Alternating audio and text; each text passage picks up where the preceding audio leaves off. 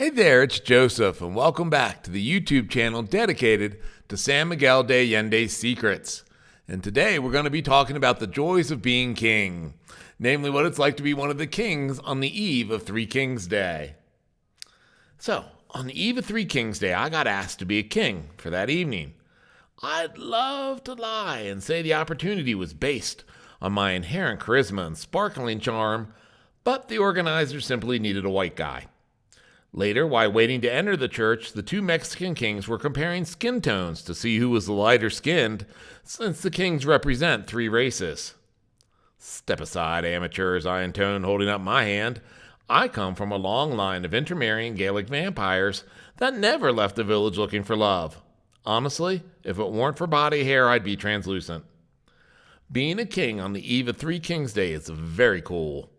On par with when I traveled around the country as a dance-on dancer performing at various events. Often the bus would arrive at some remote village to a throng of hundreds of clapping fans. First off, in my kingdom, there's a team of 4 to 5 women dressing you in a fabulous gown and doing your hair. I felt like Dolly Parton about to perform on a Jesus-hosted talk show. Meanwhile, the production assistants tell you how and where to walk, kneel, and sit. Much to my chagrin, I came down the aisle first. I enjoy being first in review shows to get my storytelling bit over with and enjoy the show's other performers. In church, being first isn't near as much fun, though the music was snappy and a church full of excited children has an energy uniquely its own. Once situated on my throne, one of my team constantly arranged my headdress and trailing cape around my feet. Giving the headdress block some 70% of my eyeline vision, I knew I was still looking royally spiffy. Each king, as stage managed, presented our gifts to Jesus. Mine was gold, which really is the only worthwhile gift from the three kings. I annually display an Amish nativity from my hometown of Hershey, if only because the kings bring blankets, pies, and cornbread, which are way more helpful to new parents than myrrh. Then each child came up with their letter to the kings and received, in exchange, a bag of treats and small toys.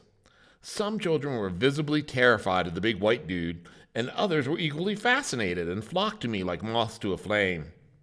One girl talked my ear off for about 3 minutes on why she forgot the letter to the kings. She was so earnest it took all my self-control not to simply tell her, "Look, you're all good. This king doesn't give 2 cents about your letter-writing skills." Then the service ended, which was child-focused, about the kings honoring Jesus before dropping off toys at their house.